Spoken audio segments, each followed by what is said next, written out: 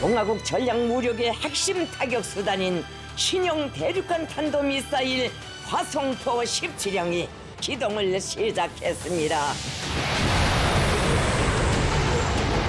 북한은 화성 17형 발사 장면과 함께 김정은 위원장 딸도 처음으로 공개했습니다. 사랑하는 자제분과 여사와 함께 몸소 나오시어 시험 발사 전 과정을 직접 지도해 주시며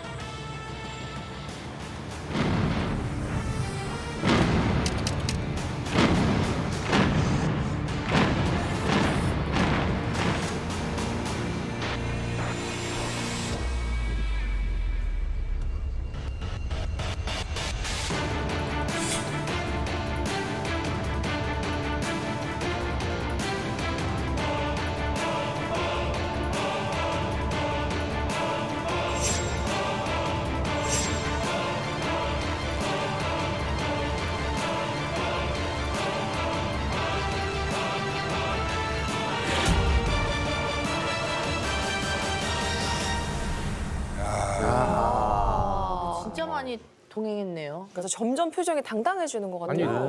너무 한가운데 등장한 거 아닙니까? 저 딱 보면은 오히려 김정은 위원장보다도 더 그러니까 뭐 가운데. 우리로 치면은 내빈석의 제일 가운데 앉은 거예요. 그런데 이렇게 김주애가 공식 석상의 이제 모습을 최근 들어서 자주 보이고 있는데요. 네. 처음 모습을 드러낸 게 작년 11월 18일 그 ICBM 화성 17형 시험 발사 현장이었습니다. 네.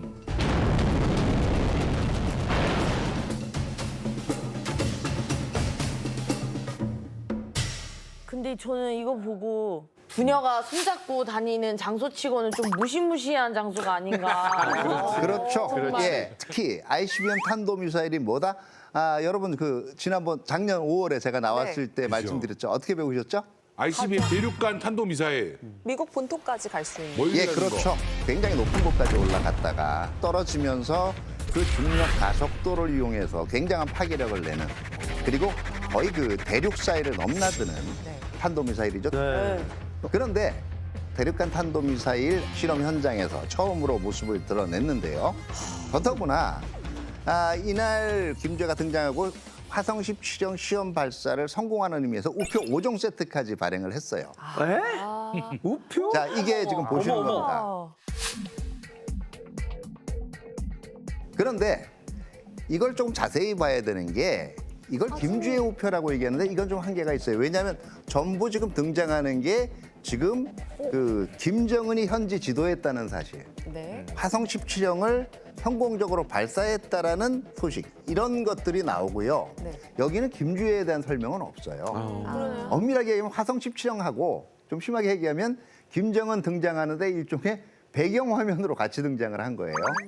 그렇기 때문에 사실 이거는 엄밀히 얘기하면 화성 17형 발사 성공 기념우표 또는 네. 화성 17형 발사 성공에 대한 김정은 현지 지도 기념우표가 되겠고요. 이걸 김주애 우표라고 보기에는 아직 한계가 좀 있습니다. 그래도 어쨌든 시선을 사로잡는 것만은 진짜 부인할 수 없을 것 같아요. 누가 봐도. 네. 쌤, 근데요, 제가 들은 걸로는 이제 딸 나이가 10살이라고 하던데 그런 정보 같은 건 확실한 거예요? 그 정보도 정확하지는 않지만 아마 리설주가 공식 석상에 등장을 했고 이때 아마 김정은의 결혼 사실이 알려졌는데 네. 그거하고 추정하면 아마 대충 출생 연도가 그러니까 2013년생이라고 기점을 할 때는 우리 나이로 이제 만으로 지금 10살 또는 혹시 만약 생일이 빠르면 한두 살 정도 가감해서 추정이 되고 이름. 주애란 이름이 등장한 기원도 데니스 로드맨 제가 얘기를 했죠. 네. 데니스 로드맨이 그 북한을 다녀온 후에 해외 언론에서 이렇게 얘기를 했어요. 나는 그들의 딸 주애를 안았고 리설주 씨와도 얘기했다. 주애란 이름은 이렇게 데니스 로드맨의 입을 통해서 알려져 있습니다. 그렇기 때문에 저 아이가 김주애가 아닌가 이렇게 얘기하는 거고 북한 언론에서는 지금까지 공식적으로 이름을 얘기한 적이 없어요. 주애라는 걸 확인해 준 적은 없습니다. 그러면 데니스 로드맨은 미국 사람인데 I met 주애 이럴 수도 있잖아요. 네. 그러면 그게 주애인지 주해인지 주예인지 모를 수 있잖아요. 그렇죠. 이름도 부른 적 있어? 확실하지 않다는 거예요. 선생님 그러면 북한 매체에서는 김주애를 뭐라고 부르나요? 사실은 사랑하는 자제분에서 시작을 해서요. 공주님 뭐 이런 제일로 거 사랑하는 영예? 존귀하신 존귀하신. 존귀하신? 존경하는. 그러니까 사실은 이게 좀 뭐 했다고? 앞에 있는 두 개는요. 좀 낯뜨거워도 10살 나이에는 어울리거든요. 근데 뒤에 있는 존귀하신, 존경하는 이거는 우리가 일반적으로 애들한테 붙이지는 않지 않습니까? 그렇죠. 그러다 보니까 이제 4대 세습 얘기들이 이 의문이 모락모락 피어오른 거예요. 아니 저는 사실은 김일성부터 시작해서 김정일, 김정은 3대를 다 거쳤잖아요, 제가. 예. 그 전부터 계셨잖아요. 예. 예? 네, 아니에요. 아, 예. 쭉 갔는데 제 기억에는 이렇게 어린 후계자, 예를 들어서 예비 후계자, 예. 어린 자녀들이 공식 석상에 이렇게 나온 거는 제 기억엔 처음인 것 같습니다. 예, 저도 지금 그 앞에 사례들을 좀 뒤져봤는데 네. 소위 이제 북한에서 백두혈통이라고 불리죠. 네. 그런데 지도자인 아버지의 손을 잡고 등장했다라는 것 자체가 굉장히 이례적인 거죠. 선생님, 저도 백두혈통이라는 거 들어봤거든요. 예. 그러면 이 백두혈통이라는 건 대체 어디서부터 나온 얘기입니까? 예, 백두혈통 말 그대로 백두산에서 온 거예요. 우리가 보통 백두산은 우리나라 이제 한반도 전체를 그렇죠. 가장 높은 산이에요. 네. 예, 그렇기 때문에 전설도 있고 또 그와 관련된 상징성도 있는 곳입니다. 네.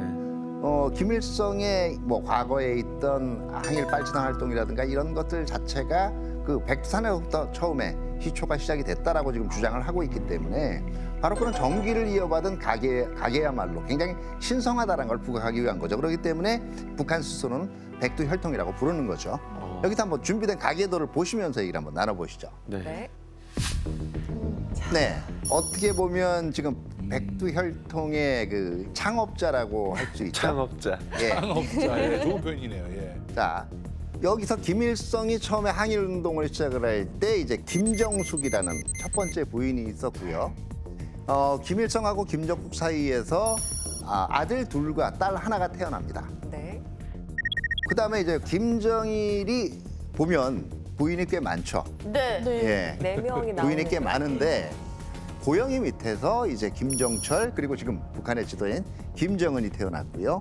김여정도 있네요. 예. 그리고 자 이제 김정은과 리설주 사이에서 지금 3명의 자녀가 있다라고 추정되고 있고요. 그건 여러 가지 정보를 정업을 한 건데 그러면 쌤은 이제 백두혈통을 타고 온 이제 김주애가 4대 세습을 그대로 갈 거다. 이렇게 보십니까? 아니면 지금 이제 또 거기에 대해서 의견이 분분해요. 첫 번째는 이제 김주의 나이를 얘기합니다. 어리죠? 10살밖에 안 된 자녀를 후계자로 등장시키는 너무 이르다. 맞아요. 그리고 아니 그럴 수도 있다. 뭐 지금부터 후계자 양성하려고 하는 거다. 해석은 정해놓고 이 두 가지 의견이 부딪히고 있는데요. 나이를 가지고 이게 좀 너무 빠르지 않냐라고 얘기하는 거는 김정은의 경우에 내부적으로 후계자로 내정된 게 2009년 공식적으로 후계자로 확정되고 얼굴까지가 성인으로서의 얼굴까지가 알려진 것이 2010년 9월 이때를 얘기해 보면 만 26세 요때 어간의 나이예요. 자 그런데 김정은 위원장 지금 나이가 40살도 안 됐어요. 정확하게 만으로 따지면. 그런데 지금 후계자를 세울 필요가 있느냐는 거죠. 젊긴 젊네요. 예. 뭐 어디 그러니까 몸이 아프거나 아픈가? 자기가 2, 3년대 어떻게 될 거라고 생각하지 않은 이상 지금 굳이 후계자를 내세울 필요가 있느냐 하는 거고요. 두 번째는 사실은 북한은 유교 전통이 굉장히 깊숙하게 남아 있는 곳입니다. 우리 이상으로 그래요. 네. 근데 김주애는 아들이 아니라 딸이란 말이에요. 그렇기 때문에 과연 딸이 후계자가 될 수 있느냐와 관련된 논쟁들이에요. 근데 다양한 해석이 가능해요. 일단 아들이 있는데 지금 모종의 사정으로 밖에 나와 다니기 문제가 있을 때 대타로 김주애를 등장시킬 수도 있는 거죠. 그러니까 지금 무슨 얘기냐면요. 혹시 김정은이 과거에 우리 나이로 한 중1 때쯤 스위스 유학을 갔었거든요. 유학 간 게 아니냐. 그러니까 공식 행사의 모습을 못 보이잖아요. 그러니까 그렇지. 대타로 김주애를 내보낸 게 아니냐 하는 얘기도 되고 있는데요. 뭐 하나 확실한 건 없습니다. 근데 예전을 생각해 보면 사실은 김정은 저 위원장이 예. 후계자가 됐을 때도 우리한테는 좀 생소한 인물이었거든요. 그때를 그렇죠. 생각해 보면 2009년 때를 생각해 보면 맞아요. 정말 뜬금없이 뭐 그것도 스위스 해외에 예? 유학하고 있는 뭐 아들이 갑자기 있어서 오더니 지도자가 됐단 말이에요. 그러니까 가장 중요한 점을 짚어주신 거예요. 그러니까 이게 너무 그 앞에 있는 과정하고는 좀 틀리지 않느냐는 의문들이에요. 페이크 같다. 왜냐하면은 약간 그 뜬금없어. 그동안 예예. 그 김일성에서 김정일 그리고 김정은으로 이어진 지금까지 후계 세습 과정에는요. 이게 원만한 것 같지만 항상 치열한 경쟁, 투쟁이라고 불릴 만한 암투. 그 경쟁이 있었습니다. 맞아요. 이렇게 미리 10달짜리를 쉽게 후기자로 정하고 발표할 일은 아니라는 거예요. 그렇지. 네. 선생님, 저도 궁금한 게요. 지금 말씀하신 것처럼 만약에 딸이 후계자가 아니라면 이목이 집중될 수밖에 없는 공식 석상에 왜 굳이 딸을 데리고 나왔는지 그게 어떤 의미인지가 궁금하거든요.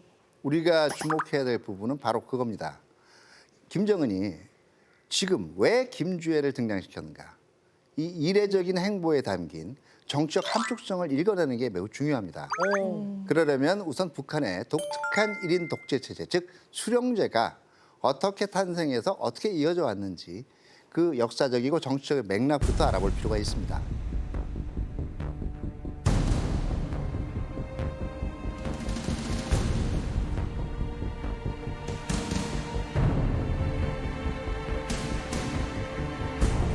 청이 있었죠.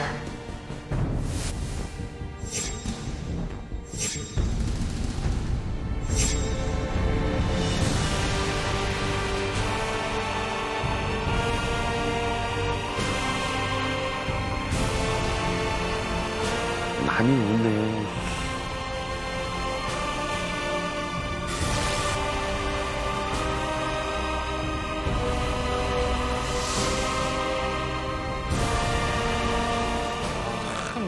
이해가 안 가는 것도 같기도 하고 또 그럼 저렇게 세습을 하고 있는데 또 뭐라고 하는 사람도 없나 이런 생각도 들고. 그게 세습이니까 좀 쉽게 된 것 같은데 자세히 봤더니 권력 네? 뭔가 투쟁이 있었군요. 그렇죠. 이게 지금 결국 북한 정치가 그동안 어떻게 흘러왔는가를 그 영상에서 압축적으로 보여주는 거예요.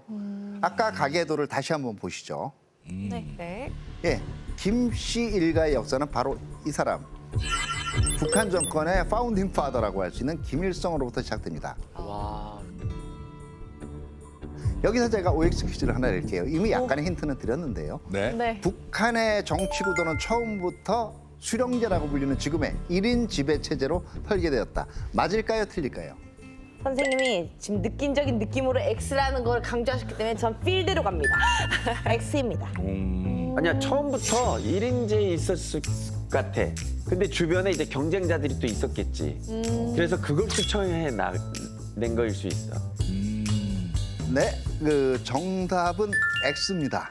아니긴 아니구나. 자, 아까 지금 김일성의 아주 젊을 때 얼굴하고 나중에 노년의 얼굴이 나오죠. 네. 아, 김일성이 그 1인 지배 체제를 확립한 거는 사실은 노년의 얼굴에 가까운 시절에 만들어진 거예요. 아, 얘기는 광복 직후 1945년 8월로 거슬러 올라가는데요. 네. 당시 북한에서 김일성의 힘은 그렇게 절대적이지 못했습니다. 연해주와 만주 일대에서 항일운동 그리고 무장 빨치산 운동을 했던 김일성의 갑산파 그리고 그 이 중국과 사회주의 운동을 했던 연안파 그리고 소련 당국의 전문 관료들을 중심으로 해서 또 북한에 파견을 했어요. 이걸 소련파라고 얘기합니다. 그 다음에 이제 국내파 공산주의 세력들.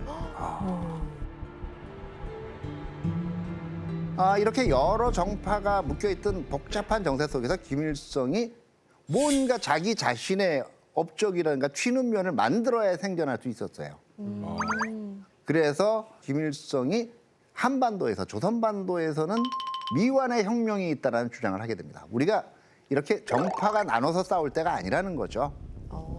타겟을 자, 설정을 하나. 자기네들이 이걸 완성시켜야 된다라고 얘기하면서 1948년에 북한 정권이 이제 수립이 됐죠.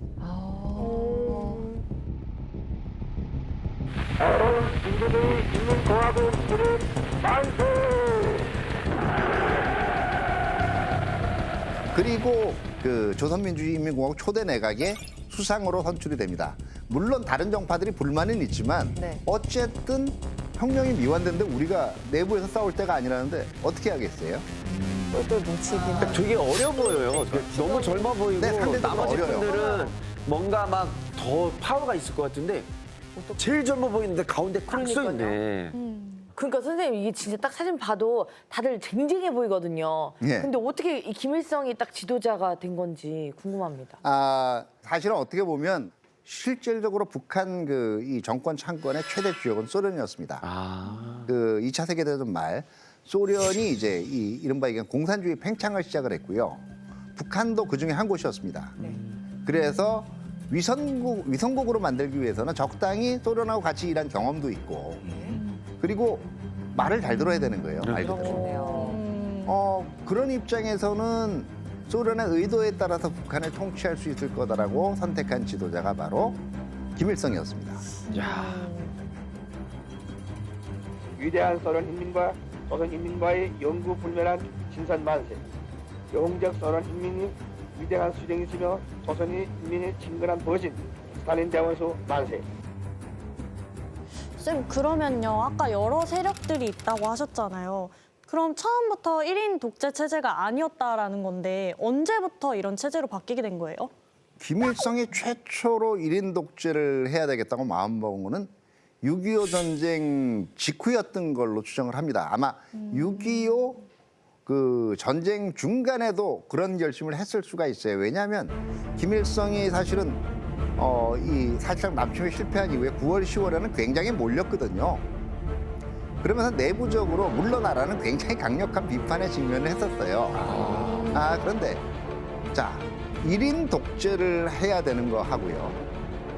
그다음에 권력을 세습해야 되겠다고 결심하는 데는 분명히 차이가 있거든요. 그렇죠. 다른 거긴 하죠. 예. 이거 아마 여간 믿을 만한 인물이 아니면 못 물려주겠다라고 생각을 한 가장 큰 계기가 1956년에 소련에서 있었던 스탈린 격하운동을 경험한 게 아마 중요한 한 원인이 아닐까. 많은 사람들이 이렇게 추측을 하고 있습니다. 스탈린 격하 스탈린 격하 운동이 뭡니까, 선생님? 저희가 모르는 게 많아서요. 예, 스탈린 격하. 다시 말해서 뭐냐면요. 네. 스탈린의 노선을 가장 스탈린이 죽기 전까지 충실하게 그 추진했던 인물이 니키타 크루쇼프라는 인물이에요.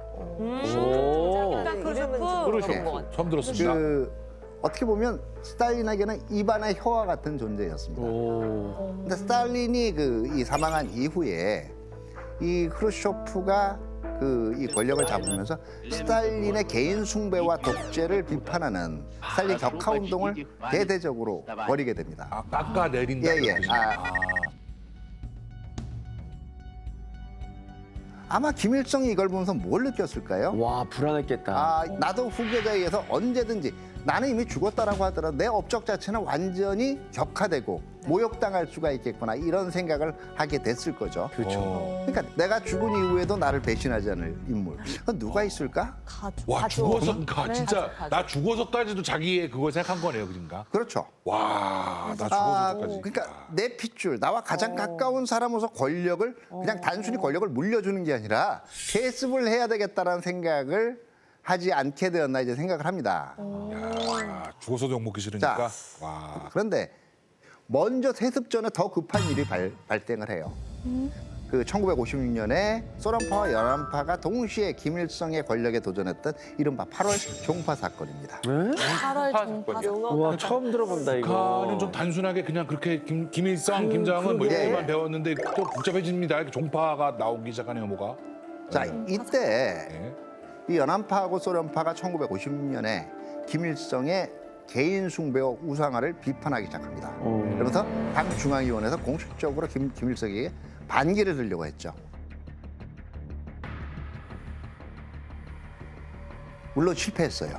그런데 이 일로 정치적 위협을 느낀 김일성이 그 주동자들을 대대적으로 숙청하고 이야. 결과적으로 1차적으로 권력을 정리하게 됩니다.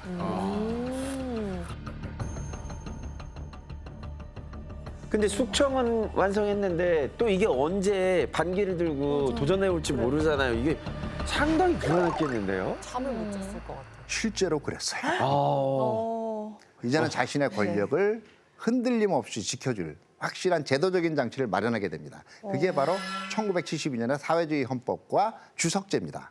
오.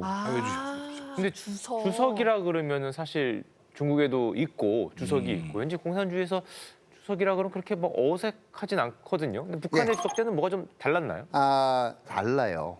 북한이 1970년 주석제를 하면서 그 만들었던 정치 구조가 일반적인 사회주의 체제의 그 이 형태에 비추어서도 매우 독특했기 때문에 자, 원래 공산주의 체제의 그 이 권력을 누가 짓냐면요. 주민, 인민이라는 건 인정합니다. 북한이 그럼 최고인민회의죠. 근데 이건 상징적인 거고요. 실질적인 권력을 지니고 있는 건 공산당, 즉 조선노동당입니다. 1948년에 북한 정권이 성립될 때만 해도 이걸 그대로 따라했어요. 근데 72년의 권력 구조를 한번 보시죠. 뭐가 좀 달라졌죠. 중간에 뭐가 생겼다. 그렇죠. 법을 개정을 하면서 중앙인민위원회는 국가 주권의 최고 지도기관으로 주석의 지휘 감독 통제하에 놓이게 됩니다. 다시 말해서 뭐냐면요. 노동당의 실질적 권한 그리고 최고인민회의가 지닌 상징적 권한을 묶어서 한 명한테 준 거예요. 그렇지. 한마디로 1인 독재로 전환하겠다는 의지를 반영한 거예요.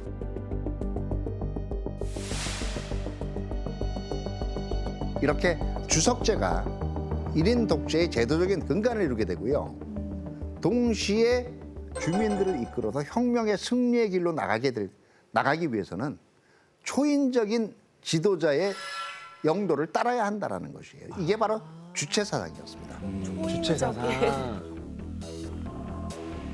뛰어난 해안을 지닌 지도자는 인민들을 능히 올바른 길로 이끌 수 있고 결국은 사회주의의 역사적 승리를 달성할 수 있다는 걸 요체로 하고 있습니다.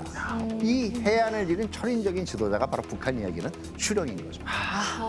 그래서 위대하신 수령이라는 단어가 그럼 이때부터 등장을 하게 되는 거죠. 그렇죠. 예. 그럼 이때 제도적으로나 사상적으로나 뭔가 빈틈없이 예. 기반을 다지게 되는 시기인 거네요. 그렇죠. 그런데 70년대에 또 하나의 중요한 북한 내에서의 정치 이론이 만들어집니다. 바로 백두혈통이라는 용어를 결국은 만들어낸 근원이 되는 혁명 가계론이에요. 무슨 이론이 있어. 여기서부터 좀 이상하다고 생각 들지 않았어요? 아니 무슨 초인이 이제 피를 통해서 앞에 나온 논의를 한번 생각을 해보세요. 주체사상이라는 거에서 수령이라는 건요. 정말 일반적으로 가면 몇 세기에 한번 날까 말까한 초인적인 해안을 가진 지도자예요. 네. 한 가게에 그게 계속 태어난다는 게 아무리 북한 주민들 입장에서 이해가 되겠어요? 아니요? 아니요. 그렇잖아요. 네. 그렇죠. 그러니까 만들어낸 게 결국 그 일종의 뭐 우리식 요새 말로는 혁명 유전자를 가진 사람들이 있다라는 거죠. 결과적으로 주체 사상하고 혁명 가계론 두 개를 결합하면은요. 북한에서 수령이 될 수 있는 존재는 딱 하나밖에 없어요. 백두혈통. 백두혈통이어야 됩니다. 혈통. 백두혈통이라고 정의되는 김씨 일가의 세습 정치가 네. 1970년대에 드디어 완성이 되게 됩니다. 품종도 아니고. 이게 딱 그렇게 이유가 보이네요. 그러니까 오로지 핏줄이라는 이유만으로 이걸 계승받아야 부모님을 예. 욕되게 안 하니까. 선생님 그럼 이후에는 권력 투쟁이나 갈등 없이 그냥 부드럽게 권력 세습이 이어진 건가요? 아니죠. 이제부터 또 복잡해집니다. 김일성에서 이제 김정일로 넘어가는 과정에서 첫 번째 후계 경쟁이 일어나게 됩니다. 그 주인공이 이제 김일성의 아들 김정일, 네. 그리고 김일성의 동생인 김영주 이렇게 조카냐 삼촌이냐의 이제 경쟁이었는데요. 김영주는 당시 그 권력의 핵심이었던 노동당 조직 지도부장 여기 임명되기도 했었고 상당히 권력에 근접해 있었죠. 그런데 김정일이 사실상 그 후계자로 확정이 되면서 70년대 중반에서 90년대 초반까지 북한의 자강도에서 외부 활동을 하지 못하는 사실상 유배생활을 했습니다. 무섭네요. 그러니까 뭐 거의 권력 앞에서는 이제 피도 눈물도 없고 그냥 다 숙청 맞습니다. 다 쳐내고 그냥 무섭네요. 예. 그러면서 김정일이 그러니까 사실상 후계자로 확정된 거는 1980년 제6차 당대회 때고요. 14년간은 부자가 사실은 공동으로 통치를 하는 거나 마찬가지인 구도였어요. 그러다 94년에 김일성이 사망하고 김정일이 후계자 자리를 이제는 공식적으로 이어받았습니다. 정말 명실상부한 수령이 된 거예요. 북한 내에서. 오래 기다렸다. 예. 이미 그리고 상당 부분 90년대 초반에는 보면 대부분의 권력은 이제 김정일에게 넘어가 있는 상태였고요. 나이가 많이 근데 문제는 김일성이 사망을 하고 공식적으로 권력을 이제 딱 물려받으려고 보니까 당시 북한 상황이 너무 안 좋았던 거예요. 일단은 1986년, 1988년, 86년 아시안 게임, 88년 서울올림픽 꽤 오래전 얘기입니다만 네. 이때를 기점으로 남북한 간의 국력 격차가 확 벌어지게 됩니다.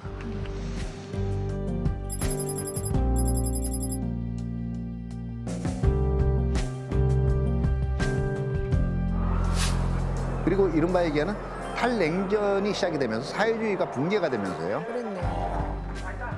한국이 소련, 중국과 수교를 맺었습니다. 90년과 92년이죠. 이거는 북한한테는 굉장한 충격이었어요. 한마디로 믿을 나라가 없게 되는 거고요. 경제 상황 역시 빠르게 나빠졌습니다. 그러니까 김일성이 사망했던 94년 어간이 이 김정일 입장에서는 굉장히 복합적인 도전이 일어나고 있던 시대였어요. 그래서 자기 아버지한테 세습받은 권력을 흔들림 없이 지키기 위해서 자기만의 무기를 만들었습니다. 자, 나한테 힘을 실어주면서 적당하게 내 책임도 나눠질 존재.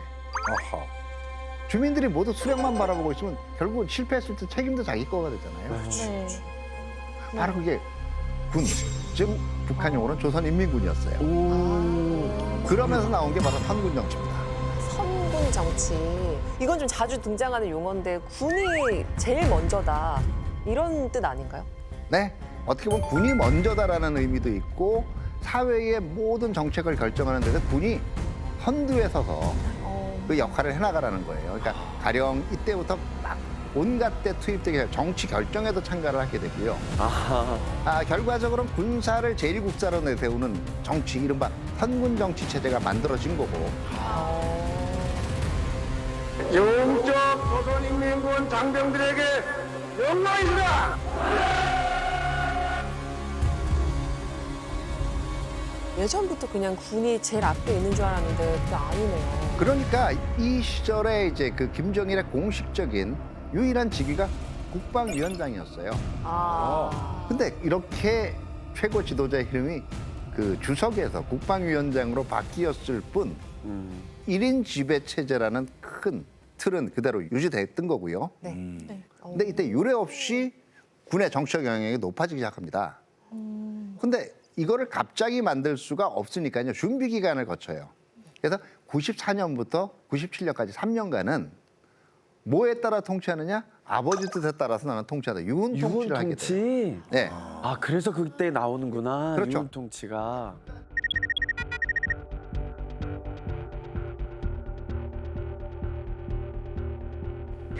이런 유엔에서 뭐 제재하겠다, 뭐 하겠다 하는데 하려면 해라. 이때까지 우리는 제재 받고 살았지 제재 안 받고 산 적이 없다. 우리 못 살 거 보이가. 이게 두 가지 의미가 있습니다. 하나는 내가 잘못을 해도 나는 아버지 뜻 따랐어. 그러니까 어떻게 보면 전가하는 거죠. 책임전가. 네. 방패를 다 만들어 놓네. 두 번째는 백두혈통이라는 걸 김정일도 이용한 거예요. 내가 아버지의 아들인데 얼마나 잘하겠어. 날 믿고 따라와. 이 과정에 3년간의 완충 기간을 활용한 이후에 본격적으로 97년부터 선군 정치로 전환하는 거죠. 그러면서 세습에 대한 지지와 정당성을 확보해 나가는 과정을 거치게 됩니다.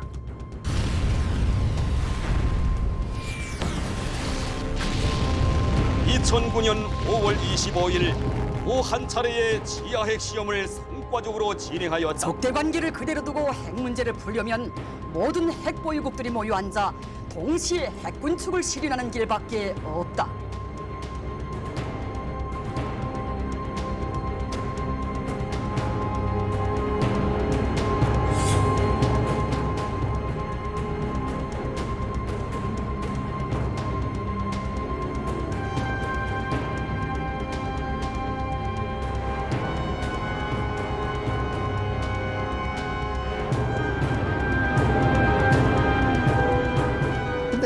김정일 또한 2000년대 중후반이 되면 김정일 건강에 이상이 생기기 시작을 합니다. 그러면서 김정일 입장에서 이제 후계 구도를 빨리 만들어야 되겠다는 생각을 하게 되고요. 이때 두 번째의 후계 경쟁이 다시 시작이 됩니다. 자, 하나가 그 김정일과 성혜림 사이에 태어난 김정남, 그리고 고영희하고의 사이에서 태어났던 김정철과 김정은, 이런 인물들이 여기서부터는 조금 익숙하시죠? 네. 예. 자, 첫 번째가 이제 연령으로 보면 장남이에요. 네. 김정남입니다. 네. 노동당에서 역할을 맡은 경험도 있고, 그래서 그를 후계자로 이 지명하는 전문가들이 많았어요. 근데 문제는 북한 주민들 입장에서 김정남은 정실 자식도 아니고, 그러니까 이제 거의 김정은이 후계자로 떠오르고 권력을 장악한 이후엔 다 이제 북한에서 지내는 게 아니라 해외를 떠돌게 됩니다. 그래서 결국은 몇 년 전에 말레이시아 공항인가 거기서 살해돼서 맞아요. 사실 정말 큰 독살. 뉴스였지 않습니까? 그러니까 이제 2017년에 말레이시아의 쿠알라룸푸르 공항에서 그 의문의 피살 사건의 피해자가 되죠. 아직까지 그 배우는 확실하게 알려지지 않고 있습니다만 북한 공작원 소행이라는 거는 이제 뭐 유력하게 지금. 자, 두 번째 같은 고영희의 소생들 중에서 나이가 더 많았던 거는 김정철이고, 역시 스위스 유학 생활도 먼저 했어요. 근데 왜 후계 구도에서 거론이 안 되느냐? 그러니까. 뭐 여러 가지 설이 있어요. 일단 김정철 자체가 권력에 대해서 별로 관심이 없는 인물이었기 때문에 그럴 수도 있어. 후계 과정에서도 배제가 됐고, 두 번째는 뭐 에릭 클랩튼도 좋아한다라고 얘기들이 돼 있어요. 락 공연 좋아하고. 맞아요. 좀 미국 예, 문화 후계자가 좋아하는. 되기엔 너무 서구 사상에 많이 물들어 있다. 뭐 여러 가지 설들이 있는데 근데 선생님, 김정철은 뭔가 외모도 백두혈통의 외모가 아닌 것 같습니다. 그러게 맞네 진짜. 차라리 저기 유민상 선배 사진을 놓으면 조금 더 비슷한 것 같습니다. 맨 오른쪽이 이수지 씨인가요? 아니구나. 지금 봤네. 네. 근데 선생님 이렇게 보면은 결론적으로는 어쨌든 동생이 후계자가 된 거잖아요. 네. 근데 그러면은 동생이 경쟁에서 형들을 이겼다라고 봐도 되는 건가요? 글쎄 내막을 다 알 수는 없겠지만은 그래도 형들보다는 아버지인 김정일의 인정을 좀 받았기 때문이 아니겠느냐 하는 거고요. 무엇보다도 아마 고모부 장성택이 그 중요한 후계 경쟁 과정에서 후견인 역할을 했었죠. 그러면서 국내에서 김정은이 그 김정일의 후계자라고 확인이 된 것은 2009년의 6월 당시 국가정보원의 보고를 통해서 알려졌습니다. 근데 이때도 어릴 때 얼굴만 나왔고 공식적으로 김정은이 어떻게 생겼는지를 몰랐어요. 이름도 김정운이었던 것 같아요. 이름도 헷갈렸고. 운이다. 이렇게 철저하게 베일에 가려져 있었고, 그러다가 2010년 9월에 그 3차 노동당 대표회 때 이 북한 매체에 얼굴이 이제 알려지기 시작합니다. 성인으로서의. 그리고 2011년 12월에 김정일이 사망한 이후에 김정은이 권력을 등기하면서 본격적으로 3대 세습이 이루어집니다. 이때 나이가 27세. 역사 최연소는 아닙니다만 그 당시 기준으로는 세계 최연소 지도자의 자리에 오른 거죠. 나는 이 뜻깊은 자리에서 위대한 김일성 동지와 김정일 동지께 가장 숭고한 경의와 최대의 영광을 드립니다. 최후의 승리를 향하여 앞으로 유빈이 나이에 제가 지금 수령님이네. 제가 딱 27이거든요. 그래요? 야, 너 진짜 철없는데 네 나이에 어떻게 해?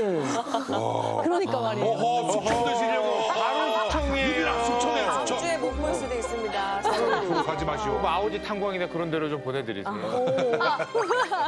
아니 근데 쌤 27세 무슨 뭐 왕처럼 등극을 하고 2대 세습, 3대 세습, 심지어 뭐 4대 세습을 얘기하면 뭐 저래도 되나? 뭐 세계적으로 이런 경우도 거의 없지 않나 이런 생각이 들거든요. 그렇죠. 일단은 공산주의의 관점에서 1인 독재라는 것도 받아들이기가 힘든 거였는데 세습한다? 이건 더더욱 그랬고요. 더구나 3대로 간다? 이거는 전세적으로 유례가 없는 케이스였어요. 근데 이런 독재자들은 왜 권력 세습을 못해서 안달인 거예요? 이건 왜 그러냐 하면 독재를 한다라는 거에 한번 내면 심리를 보죠. 권력욕이라는 것도 있지만 왜 권력욕을 가질까요? 내가 하는 방법이 제일 옳은 방법이야. 잔말하지 마라. 내가 제일 똑똑하게 판단해. 자기애가 네. 강한 건가요? 내가 국가와 민족이 갈 수 있는 가장 바른 길을 잘 어디서 많이 들은 스토리들 아니겠어요? 그러면 이 인물들한테 정말 싫은 게 뭘까요? 자기는 자랑스럽게 생각하는 업적이 부정당하는 거예요. 죽어서라도. 네. 내가 죽은 이후에 나의 업적, 나의 정치 이데올로기를 지켜줄 인물이 누가 있을까? 그러기 때문에 결국은 혈연해서 이 후계자를 선택을 하는 건데요. 네.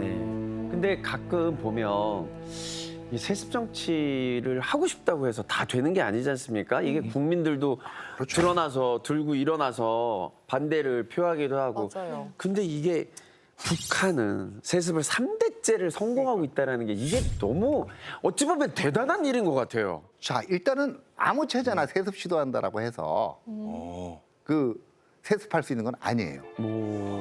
북한 주민들에게 남아있는 기억이 조선시대하고 일본의 식민 통치 이후에 뭐가 있었죠?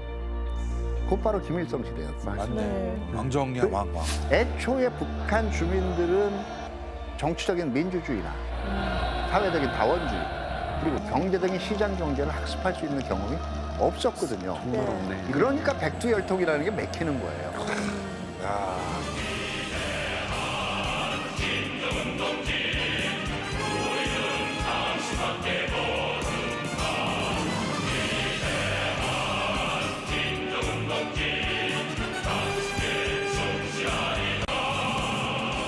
아니, 그런데 저도요 TV로 보면서 옛날에 이제 김정은으로 넘어가던 시절에 외국에서 유학을 했다고 그러니까 잠깐 이 사람은 조금 그래도 깨어 있거나 해서 뭐가 좀 달라지지 않을까 혹시나 했는데 역시나 올라가고 예. 지금 여기까지 와버렸는데 결국 그러면 이 사람도 4대 세습까지 이제 넘어가게 되는 건 아닐까?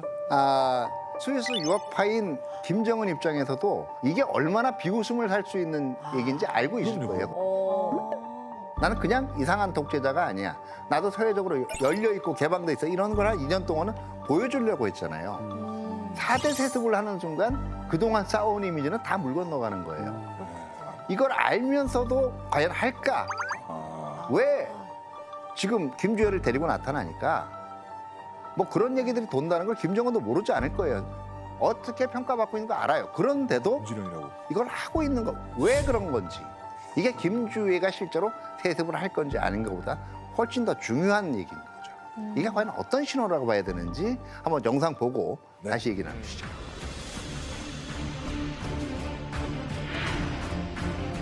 유빈이 나이.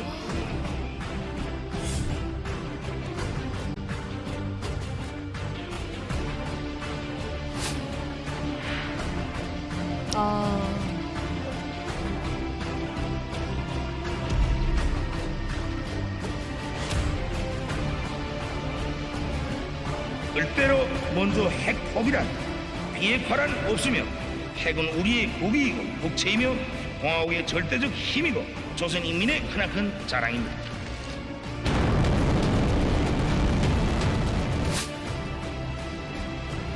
우와.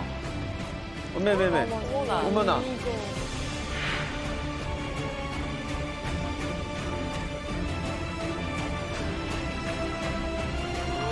방금 볼을 만졌어요. 야. 너무 놀랐어요. 야, 저럴 땐 그냥 동네 아저씨 같다. 그런 이미지 보여주려고 그러는 우와. 건가 진짜. 친근한 나도 그런 게 있다. 이런 이미지 보여주려고 일부러 그런 거 아닐까. 그러니까 한쪽에서 이렇게 딸을 등장시켜서 이목을 집중시키고 이걸 보면 이게 4대 세습이 아닐 수도 있다고 말씀하셨지만 이거는 누가 봐도 약간 4대로 가는 이런 행보로 볼 수밖에 없지 않을까. 북한이 4대 세습하지 말라는 법이 없습니다.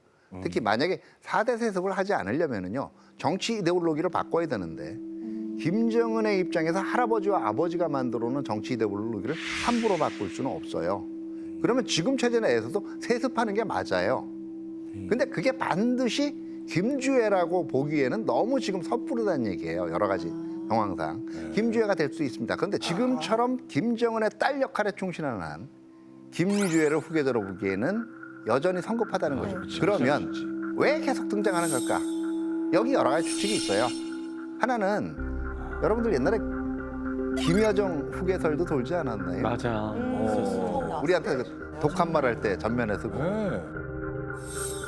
남조선 꽃들이 삐라와 화폐, 노절한 서책자, 물건짝들을 우리 지역에 들이미는 노름을 하고 있는 것은 반인륜적인 범죄입니다. 우리는 그 쓰레기들이 리포시켜 놓은 비루스는 물론 남조선 당국 것들도 박멸해 버리는 것으로 대답할 것입니다. 이런 친구를 견제하는 가장 좋은 방법은요. 자기 딸을 이제는 관심의 스포트라이트를 받게 하는 이 가능성 하나. 두 번째는 오빠가 있는데 김정은처럼 어릴 때 해외 유학 나갔어요. 그럼 지금 행사에 데리고 나가겠다고 귀국하라 그럴 수는 없는 거잖아요. 그렇기 때문에 앞으로 4대 세습이 있을 거라는 강력한 암시를 주기 위해서 오빠 대신 나왔을 가능성도 있는 거고요. 제 생각은 이 리설주 입장을 한번 생각을 해보면 네. 김여정이가 계속 날아다니고 있어 막. 그 자기를 무시하고 약간. 근데 이설주 입장에서는 이거 봐라. 난 애들 엄마인데. 그 딸을 싹 들이미는 거지. 형님 동서 뭐 이런 거네. 그렇지. 아니 동서. 지금 홍석천 씨가 말씀한 거 포함해서 다 썰 카더라인데 정확한 거는 아닌 거잖아요. 예, 그런데 이렇게 카더라라는 게 많을 수밖에 없는 게 북한의 현실이에요. 북한에 대한 정보는 굉장히 제한적이에요. 그래서 그 한정된 정보를 가지고 북한을 정확하게 보려면요. 지금 암시하는 바에서 북한이 지금 어느 정도에 와 있느냐, 앞으로 뭘 할 거냐. 여기에 대한 그 방향성을 보는 게 훨씬 더 중요하다는 거죠. 현재 북한은 전체 그 국가 총생산의 상당량을 군사비에 쏟아붓고 있습니다. 더구나 이로 인해서 국제 제재에 직면돼 있고요. 국민들의 경제난과 생활고가 계속 악화되고 있습니다. 김정은도 뾰족한 해법이 없는 상태예요. 그리고 또 하나는 여러분들 혹시 북한 용어 중에서 가두 여성이라는 용어 들어보셨어요? 가두 여성. 가두 여성. 가두? 가두? 가두 여성. 어딜 가도 여성들이 많다. 가두. 정답. 집안의 가장. 네. 맞아요? 그러면 여성이 집안에서 이게 되려면 뭘 해야 되죠? 돈을 벌어야죠. 뭘 돈을 버는 것도 중요하지만 다른 게 있죠. 집안일? 전업주부. 오. 네, 근데 저 용어가 80년대는 없었어요. 왜 그랬을까요? 그 당시에는 북한이 여성 인력도 불러냈어요. 공장에, 그다음에 협동농장에. 그럼 어떻게 되겠어요? 가사 일을 못 하잖아요. 그렇죠. 근데 90년대가 되면서 여성은 생산성에 크게 향상이 안 된다고 집으로 돌려보냅니다. 이때부터 아이들을 직접 자기가 기르는 부모들이 늘기 시작해요. 그 밑에서 자라난 세들, 90년대 이후의 출생자들이 지금 그 북한 땅에서 30대, 40대 점점 여론의 중추를 차지하게 되는 거예요. 북한의 MZ세대네요. 예, 체제에 대한 충성도가 그 앞의 세대와는 다릅니다. 더구나 이제 북한도 스마트폰 쓰거든요. 정보도 예전에 비해서 많이 개방돼 있기 때문에 김정은 체제에서 아직 표출되지는 않지만 불신하고 불만도 훨씬 많을 거예요. 이런 거였어요. 과거에 김일성 스타일은 굉장히 독재를 하고 있지만 나름대로 자기가 가지고 있는 항일 투쟁사를 통해서 가지는 호방성, 이렇게 설명할 수 있다면 김정일의 통치 스타일이라 그러면은 은둔하면서도 좀 치밀한 스타일. 그러면 김정은의 통치 스타일은 처음에는 공포 정치라 그랬죠. 맞아. 처음엔 그랬죠. 그러다가 개방으로 가는 모습 보여주죠. 근데 요새 하는 걸 보면 핵무력 같은 거 건설하는 건 폭주의 모습을 보이잖아요. 그러면 통치 스타일이 정립이 안 되고 그 스타일이 지금 왔다 갔다 한다는 얘기입니다. 이 과정에서 등장한 것이 바로 어린 딸 김주혜입니다. 자, 우리가 김주혜가 어떤 장소에서 주로 등장해? 아까 말씀했잖아요. 애들이 나타나기는 좀 이상한 자리다. 어디였죠? 핵실험. 그렇죠. 열병식. 이건 왜 그러냐 하면 북한에게서 핵은 모든 문제를 해결해주고 북한의 우월성을 보장할 수 있는 만능의 보금. 우리 젊은 세대들이 잘해서 한방입니다. 인생 한 방. 핵을 지니고 있으면 언제든 한국을 쥐락펴락할 수 있다라는 생각을 가지고 있는 거거든요. 전쟁 억제와 전쟁 주도권 쟁취에 중대한 사명을 지닌 이의 핵 전투 부대들, 저 병기들은 당리의 발사 명령만을 기다리고 있습니다. 결과적으로 김정은한테 핵무기는 결코 포기할 수 없다는 걸 보여주는데 주민들이 고통스럽잖아요. 대부분의 자원이 핵에 돈이 다 들어가죠. 투입되고 있단 말이에요. 그러면 사람들이 불만을 가지잖아요. 왜 우리를 이렇게 고통스럽게 해? 이때 쓰는 서사가 이거예요. 외부에서 우리를 끊임없이 압박하는 존재가 있다. 그게 바로 국경 너머에 있는 적인 거예요. 나를 계속 제재를 주고 회방 놓고 우리 체제를 전복하려고 하고. 네. 그러기 때문에 설사 우리가 고통이 있다라고 하더라도 이 무기는 계속 지고 가야 되고 더더구나 내가 사라지더라도 내 다음 때까지 이어져야 되는 이거는 필수적인 거야를 보여주기 위해서 김주애를 등장시킨다는 해석도 충분히 가능한 겁니다.